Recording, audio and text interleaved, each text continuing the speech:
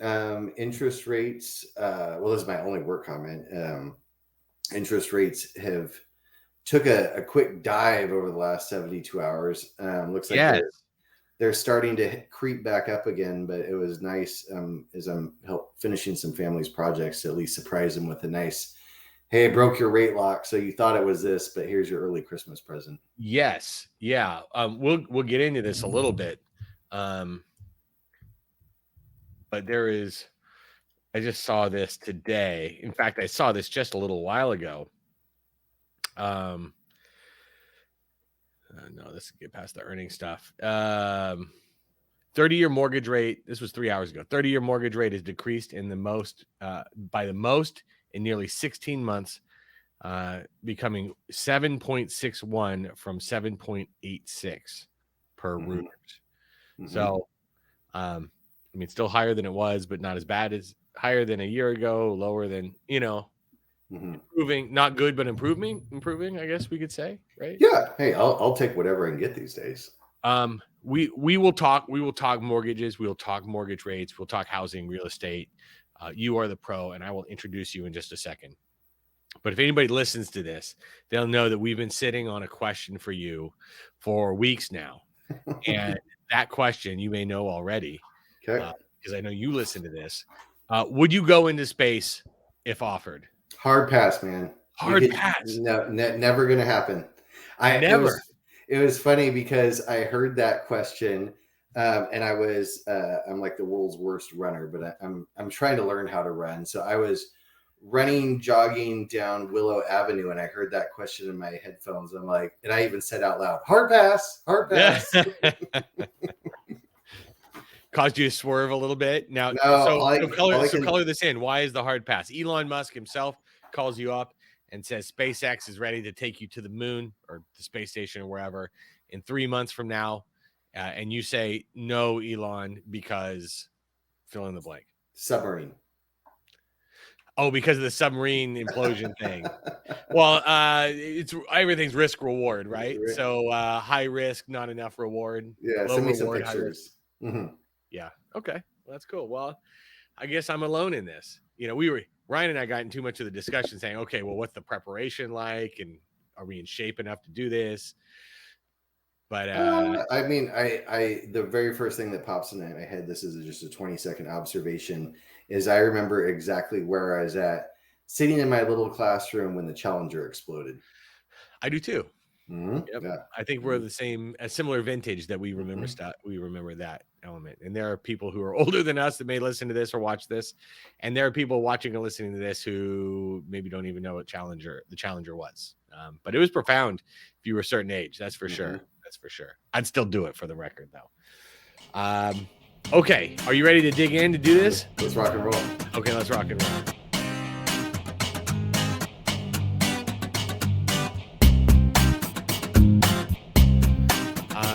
So if you are new to this podcast, watching on YouTube or listening wherever you listen to podcasts, and maybe even on our website, my name is Brian Ullman. I'm a financial advisor with Ford Financial Group, and I'm joined by a special yet regular guest to this podcast, Joe Catman Perry. Joe, I will describe first and foremost as a friend of the firm. Technically, Joe is a loan officer with Precision Home Loans. Is that correct, Joe? Do I have it correct? Yep. I think if we were to dial that in a little bit better, we would describe Joe as a mortgage ninja, because he is able to make things happen that only people with superpowers can make happen, I believe. That's very kind. And so if you're familiar with Joe, if you're a client watching this, you probably recognize Joe from the wine tasting event that we did, wine tasting around the world. Joe's wine skills helped us didn't help us. Joe, you selected the wines yourself, and they were a hit. It was a lot of fun. And I hope everybody had a blast. And getting a quick spin around the world and trying wines probably would never have ordered themselves. Nothing but good reviews. Yeah, I don't know. I'm guilty of staying in I try a couple things. I know what I like. I can usually find them on most menus, and I stick with it. And I get in my rut. And stuff like that's good to get out of the rut. And people like you are good to help us get out of that kind of rut. Okay. Well, so I think you've become so popular on this podcast because you have a special knowledge and a special understanding of what's going on generally in real estate and generally with mortgages. When Ryan and I do this, or even with other advisors, we start with a market recap, and then we kind of choose a couple charts and roll through those, and we can then move on to some other stuff. Um, you want to talk with us a little bit about what you're seeing with mortgages? I'll maybe we'll just kind of blend this all together. Um, Mortgage pricing and refinancing is in the dirt right now Mm-hmm. and is showing no signs of improving. I don't think. Do you want to tell me kind of what you see here, I or mean, what your experience maybe is, because your experience you're on your boots on the ground with this and seeing what's going on. yeah, literally front line in the trenches. So on the Right. chart we're looking at, which goes back 10 years on mortgage refinancing activity, it's really interesting. If you were to take this timeline and blow it all the way out to 1994, Mm, that's the equivalent to what mortgage refinancing volume is today. unbelievable. 30 years. Yep. That's crazy. Well, and I'll so if you're listening, not watching, I'll kind of describe this chart. It tracks the Mortgage Bankers Association refinancing index along with the 30-year treasury yield, which influences mortgage rates, right? And so you can kind of see the correlation, and mortgage refinance, it's correlated with interest rates, and refinancing has in, really took off in the last few years. I mean, you can see the spikes on this chart. So Joe, you go from, is it just feast or famine um when you're doing this stuff, or I guess maybe is it just with refinancing? When families reach out to me on refinancing anytime in the last 2 years, I know before they even say it, it's going to be one of two things: it's divorce or some unfortunate financial decisions where this is really the last resort. Maybe job relocation, something like that. That would be like fall under purchases. So yeah, job Oh, relocation you're is talking one about of them. just refinancing. I got you. So yeah, for this chart, if a family calls about refinancing, like they would have absolutely taken care of it from 2018 through 2021. Yeah. So So not a whole lot of refinancing going on. The other chart that we've got, and we can kind of take a look at this, is existing home sales. This tracks the number of previously owned and occupied homes sold over the last 12 months on a seasonally adjusted annual rate. And then the dotted line in the middle shows the average. And you can see that existing home sales have softened pretty significantly as rates rose in 2022. mhm. So this is not refinancing, but new purchases. Um, are you seeing this the same way, this kind of softening? Absolutely. And just for, I guess, for context, my answer here is I have my licenses or lending license in 14 different states. So it's not, my answer isn't just what's going on in Fresno, California. It's the same everywhere. And as Okay. interest rates have, we're say seven, and then as of like 2 weeks ago, it hit like 7.75, 8. If a family was borderline on qualifying or is really having to make certain decisions to buy a house Yeah, and rates hit 8%, it was like, we just can't do it. We don't want to marry our house and be eating ramen. So a lot sure. of those contracts were canceled. Oh, so I mean, but that's a prudent financial decision that someone's got to make. It's just an unfortunate one. What are you telling people who are looking for a house? They've been saving for years. They're suddenly, because the flip side is here. The home sales are down, but we also have, I talk to people in their 20s and they haven't been able to buy a house, even though they've saved up for one in years, because uh, places were being sold way over asking. They're competing with cash buyers. Mhm. Is there a place for those folks who are still getting started and may just have to bite the bullet um, on a higher mortgage rate than what they wanted? Well, families are making sacrifices. So where it might be, we want, a big backyard, or we want a 4-car garage, or we want all of these things. It's like, Right. okay, well, this checks, most of our boxes, not all of our boxes, but it's either Yeah. this or, another 6 to 8 months of nothing. Yeah. Are you finding that people are just saying, or maybe even you giving the advice of saying, pull the trigger and we think that rates are going to fall and you can refinance in the next couple of years? Is that a gamble that people might be willing to take or should take?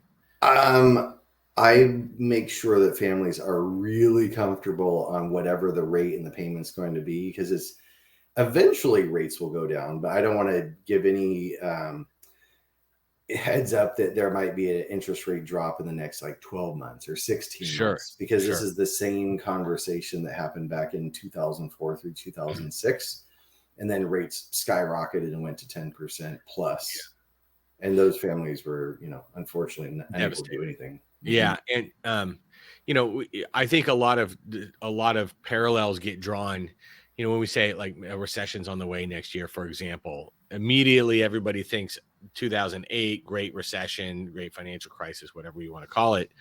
But I don't think we don't see kind of more generally broadly in the economy that we have the kinds of excesses right now that we had maybe in the mid 2000s. My guess is it would be the same for real estate. Do we have those kinds of excesses that need to be bled from the system right now? I don't think so, because the issue, or one of the many issues that led to 2008, was unqualified people and really poorly, I'm going to use my Dr. Evil quote fingers here, underwritten. There's no underwriting, but underwritten Can you mortgages. fog a mirror and Yeah.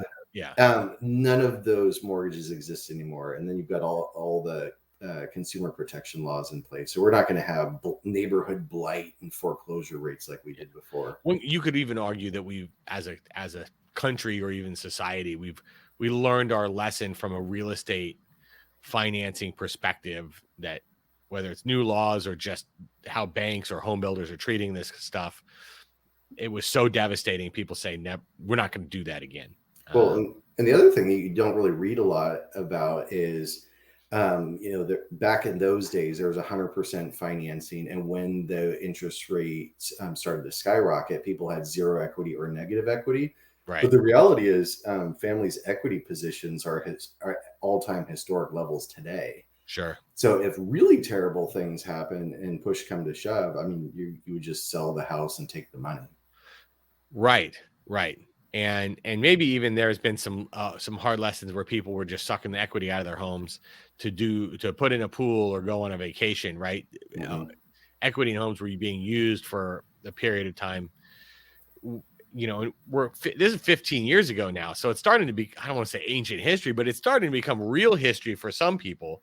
Not for you and me, maybe. No, but for you and me, it feels like it was yesterday. Yes. And a lot of people I talk to, I think, feel that when you say recession, boy, that's exactly where they go. And, my great uncle, he's passed away, but even before he died a few years ago, he was hiding money in books and in the walls, cash we're talking about. And it's because he experienced the Great Depression and didn't trust banks. And so there are some points in life where the effects are so profound, it alters your course or maybe your outlook on things. And so there are certainly people who are, they will not use their home and their home equity like a piggy bank. They will not stretch themselves. They understand debt and financing, and the kind of leverage can be good, but leverage can also be bad.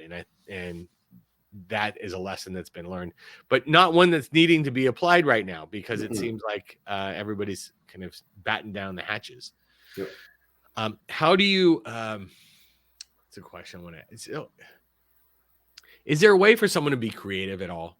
Because we're talking about people's hesitation to be creative with financing, rightfully, right? Not wanting to lever themselves too much. But are there what are some of your magic tricks, the black bag of magic tricks that you're able to use to help get financing for people who are having trouble with it? One example is there's one of my projects within the last 60 days is the person was referred to me, and they're a drummer in a big rock band, travels all over North America. And they said, well, hey Joe, I've been declined 7 times, and I got your name and number as the guy that can hopefully make something happen. And my quick comment was, well, what tax returns are they requesting? And at that moment, it was just 2020 and 2021. And said, well, of course, those are COVID years. You weren't touring, you weren't in the studio, your royalty incomes are down, Sure. New albums aren't coming out. So there is a way of just taking a big pool of the money that this person had and just saying, okay, well, this amount of money is greater than the loan amount request by 125%, and then that Right. was the mortgage. I never even touched the tax returns. See that, and that's the benefits of um, being able to dig in a little bit deeper instead of just kind of automating the process where it's like, oh, the numbers aren't there. Tough luck, buddy. But you can actually dig in a little bit more and say, okay, let's see what's going on here and why, and maybe we can come to a solution in between. Either way, Mm-hmm. are they, when a lot of people, people get a mortgage, that mortgage in turn is sold, right? Correct. Is that market changing at all? The in a way where like Fannie and Freddie aren't buying mortgages in the same way, that's causing rates to move higher or things to slow down. Are you seeing anything on that end that's affecting mortgages? Um, I feel like needs to be some wood around here. I'm gonna knock on my plastic laptop here.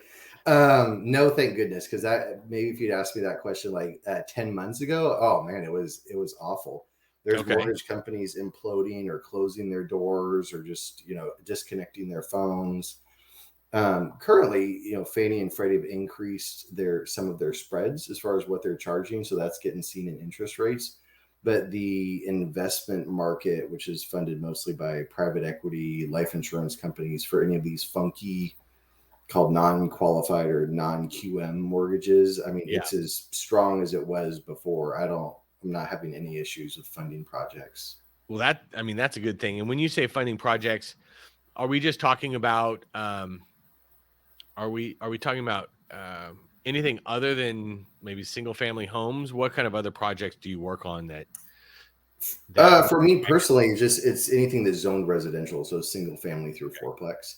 But one of the other quick things to touch back on home sales and property declines, I saw an interesting statistic this morning that, I mean, one of them has been around for the last couple of weeks. It's consumer revolving debt is at all-time historic highs. And Yes. as interest rates keep going up, the default rates on the credit cards are at all-time historic highs, all the way back to 2008. Yep. And vehicle loan defaults Yes. are, I was going to say that's next. yes, Yeah. yep, that one's already started to skyrocket. Yeah. There's it does, you don't have to scratch the surface too hard to find some kind of ugly trends in our economic data, whether Mhm. and a lot of it, as you would expect with interest rates moving higher, a lot of that ugly data begins with purchases or markets that are liquid through financing, Mhm. buying cars, paying cars. And I mean, some of the defaults aren't as bad as they could be, but the idea is that they're ticking up. Just like the unemployment rate in the last few months has ticked up from 3.4% to 3.9. 3.9 is still darn near full employment, but it's moved to 0.5%, and it's probably trending higher still. So we'd see fours or maybe fives depending on what we get for the next few months. So it's going to be interesting to see how that kind of plays. Mhm. Do you work with investors much, Joe?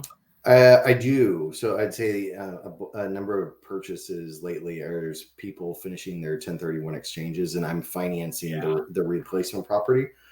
The tough one on that is being able to identify properties to purchase within your time window, sure. because houses might get a for sale sign in the front yard and sold in 2 hours type of a Yep, thing. yep. So that's been a big challenge lately. So it's just where I feel like we're living in the matrix. What's up is down, and Good what's news is wrong is bad news. right. Bad And news is good. yeah, Yeah, yeah, yeah. um, that with housing inventory the way that it is, you'd think that something's going to break. Oh, Yeah. and segue to Here's the perfect chart. Well, yeah, and I didn't even intend to throw this up here, but I had it in my back pocket. This is a month's supply of new home inventory and the latest read. Now, granted, now real estate is local, right? I mean, just in its nature, and we all kind of know this. And this chart is available home sales for the broader housing market, kind of through the country, but it's 7 months, let's Mm-hmm. call it. Um, and dropping, I guess. Not a whole lot of supply though, right? Mm-mm. It's that's where you can run into the problem with doing those exchanges. Has financing gotten in the way of someone doing an exchange, or Is it just finding a place to buy? Recently it has, but I could count on like two fingers the number of times it has. Okay. And in those instances, the people had more than sufficient funds in their accommodator account, so they just wrote checks for those specific houses. So it didn't even submarine the process, even though the Mm-mm. financing stuff started to get in the way. Correct. Yeah, certainly higher rates, higher if you're financing to invest in a property, higher rates certainly change the equation, right? Pretty Yeah, quickly. I think the one saving grace for me is people are a lot, I think, used to current interest rates now versus like say 10-12 months ago. If you told someone 7%, I'd be like, oh my goodness, I'm going to make a whole bunch of phone calls. That can't be right. Where now when I say 7.5 or in some cases 8%, people are like, okay, well, we can always refinance later, right? So that's the main thing, is just comfort with whatever the payment is today, and people seem to wrap their heads around that. Yeah. Well, and it takes time. I mean, the Federal Reserve says higher for longer, and so the sooner that we can get I think the reality here, and you might disagree, and you tell me if you agree or disagree, but rates may not stay a mortgage. We may not have 8% 30-year mortgages a year from now, but we probably also aren't going to have 3% 30-year mortgages. No. Right.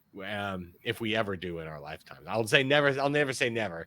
But the reality is we're going to have higher than we used to, maybe come down off the peak a little bit.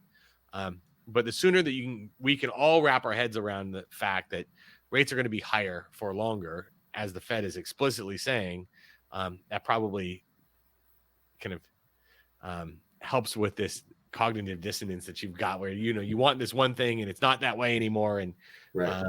I wish it could be different. You got to say this is what we've got, and here's what we got to work with. Well, and I think if you just zoom out on it and look at maybe a historical average at 5.75%, 6%, and if you just delete out the last couple of years, it'd be like, wow, that's actually a really good mortgage. So I honestly think at the end, after all the dust settles, that's where we're going to be. You think 5.75%, so? 6. And what do you think? So if we start to let's say we revert to the mean over the next, I don't know how long it would take. Let's say 12 to 18 months. Mm-hmm. Rates come down from 7.8 to 6. Do you think you'll find a lot of people getting off the sideline and saying, well, this isn't what we hoped for, but this is a lot better than what it was. Let's go. Let's buy. I don't know that I would say a lot of people, but I would say it's going to unlock some inventory as people decide there's 7 people in a 2,000 square foot house. We got to do something, and it's better than it was before. I think those are the cases that'll happen. They can stomach it, whereas they couldn't stomach it before. Right. Nice. Well, who knows, right? Who knows? Maybe if prices come, maybe with this, we see the home sales dropping. If you get a little bit more inventory and a little less buying, it's econ 101, that could cause prices to drop, which could make up the difference for the higher rates, right? If prices come down. It's just that thing where everybody's locked in, like you said before, with his dirt cheap mortgages, no one's leaving. That's the part that's got to give, right? Right. And that might take some time. I think years on that one. Yes. Yeah. Years. I think that's true. And so we're kind of we're in this twilight zone real estate market. Just quickly, I didn't put this in any of the notes that we had talked about before, but I do want to touch on this because it's something you're familiar with. There was a recent ruling about it was the National Association of Realtors, I believe, and a couple real estate brokerages. About the lawsuit was about how commissions are paid to realtors. And the effect could be that it changes the way people pay, or realtors are paid, to facilitate real estate transactions. You experienced a little bit of this in your field. Am I right? Yep. Back in 2012, the government stepped in and put commission caps on loan officers. Okay. To where before it was, a percentage of the loan amount is, what you'd be compensated. They just went to a flat fee is what you got. So last week's ruling is similar. Big. And realtor compensation hasn't changed in decades. And I don't know any other major industry that hasn't had any type of change in compensation. Yeah. Fee compression is what a lot of people call it. Right. And a lot of it's been driven by technology. where things have become smoother, easier, a lot more DIY. I don't know that real estate is necessarily that way, because you and I know a lot of real estate. We know a lot of realtors, and Hmm. a good realtor is worth their weight in gold, or at least in my experience. Like I don't know what I would have done in times of real need and real help without the people who have helped, the realtors who have helped me out in the past. But it's interesting because there's this idea that Scott Galloway he's a business professor at NYU, and he's kind of a commentator on things on online. And he has said that at industries that charge more and deliver the same have their chins out to get kind of knocked off. Hmm. Um, uh, because they've just charging more, not delivering more value. And he's given the example of FedEx and UPS, where Amazon finally says, you know what, this is too expensive. We'll do it ourselves. Hmm. And so you're ripe for disruption. Higher education, they're charging more, delivering the same. That's ripe for disruption, right? For Google to roll in and just do Google University and you learn how to program or something. Yep. This strikes me a little bit as that with the realtors, right? Even though we have Zillow and Redfin and all these other online capabilities where people can kind of shop on their own where they couldn't 20, 30 years ago.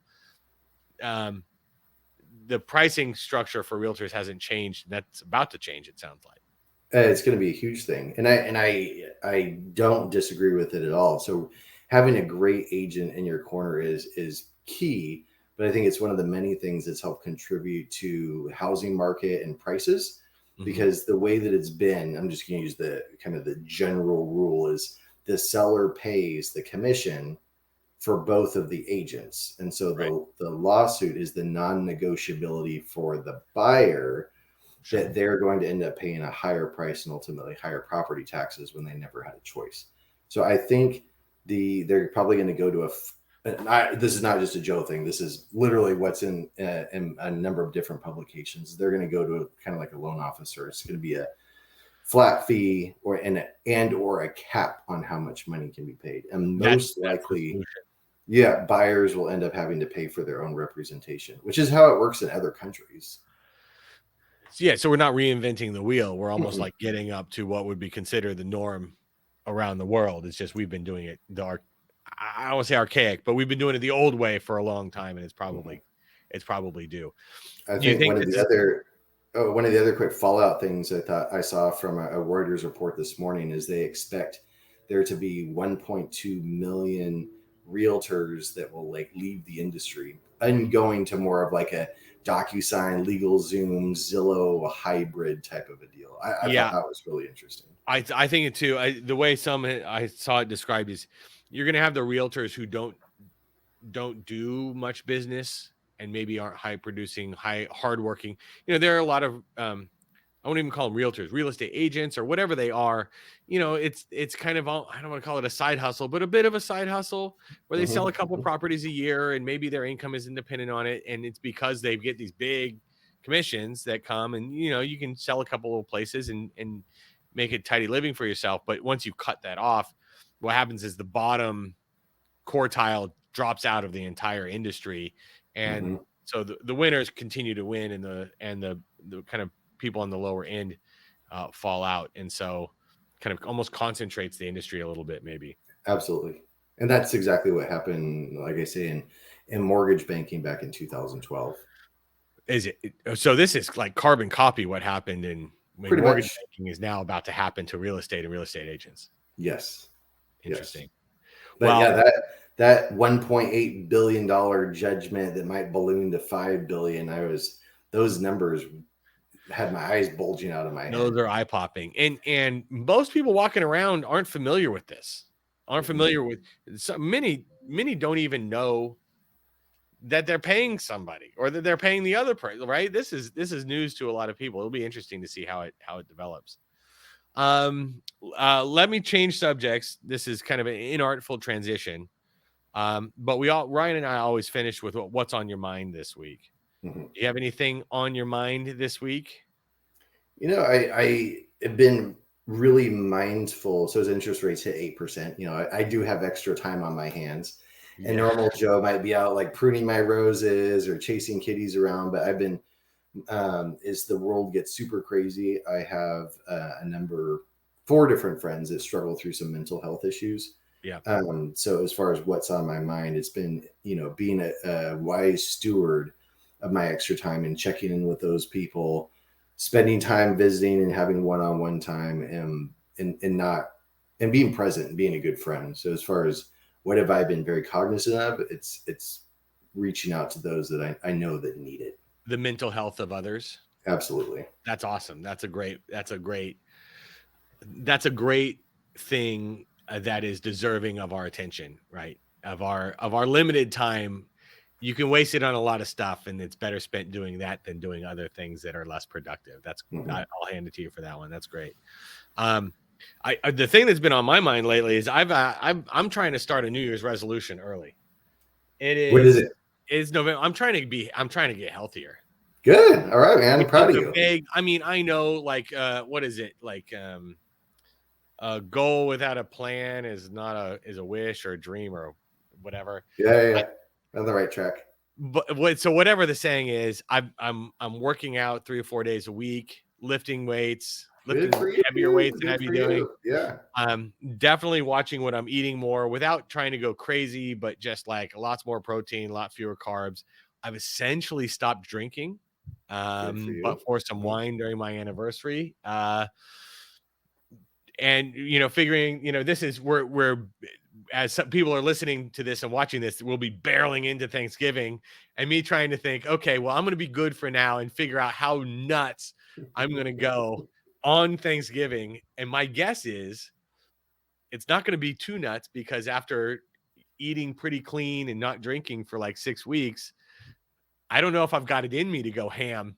No, I'm super proud of you that it's all mental, and having the fortitude to say no. I mean, yeah. And it, and there are tricks and things, but sometimes for me, it's been a lot about just getting out of my bad rut and getting into a good rut. And I don't mean rut in a bad way. It's about momentum almost. And a routine. Listen, I've been at this for about 10 minutes, and I know you are in fantastic shape. And you've been at this for a very long time. And so I don't claim to be an expert on this. I'm just I'm early in this chapter of the journey. But it's about, once you start breaking the bad habits and good habits become your new habits, you get that momentum going, and it's a lot easier to do. And it's something, going to the gym is something you look forward to versus, I would always say, like, going to the gym or going to church, it's all the same. About an hour before you're supposed to go, you're like, oh man, I don't want to go right now. And then you go and you're like, oh, I'm really glad I did that. Yep. But if you can reframe that and you can say, I'm looking forward to going to mass on Sunday, or I'm looking forward to going and lifting some weights and being sore the next day. Like if you can change that framework and get into the good rut, if you will, it's been the difference. So I'm going to try and keep this up. Awesome, man. 90%. No reason to wait till January to do it. Let's go. Let's do it now. Exactly. Get it. That's right. Okay. I'm going to leave you with one more thing before we go too long. What don't you spend enough time doing? One of the things that was on my 2023 to-do list was to read more. And I read all day, every day, and news and all that kind of stuff, but like free reading, like I'm a big Tom Clancy fan. Okay. I have a whole stack of books sitting right over here, still in wrappers, that I need to read. So that's what I want to do, is read more. Nice. I would say probably I'm going to copy you on this one. The thing I need to do, it wasn't necessarily a resolution of mine, but I've got a stack of books on my to-do list, whether it's Rick Rubin's book on creativity. I'm reading, I've got the Sam Bankman-Fried book that I'm almost done with, but there are a bunch of interesting books. And I find that in the evening, I do other stuff than turn off the TV and like sit down for an hour and read. So same. Maybe next time we convene, we'll do book reports. Accountability partners here. That's right. Yeah. Very good. Joe, thank you again for doing this. I know everybody loves to hear from you. We'll do it again, maybe after the first of the year. Always a blast. See where the world is taking us in January and February of next year. Absolutely. Well, I'm proud of you. Keep up the good work. You as well. Until next time.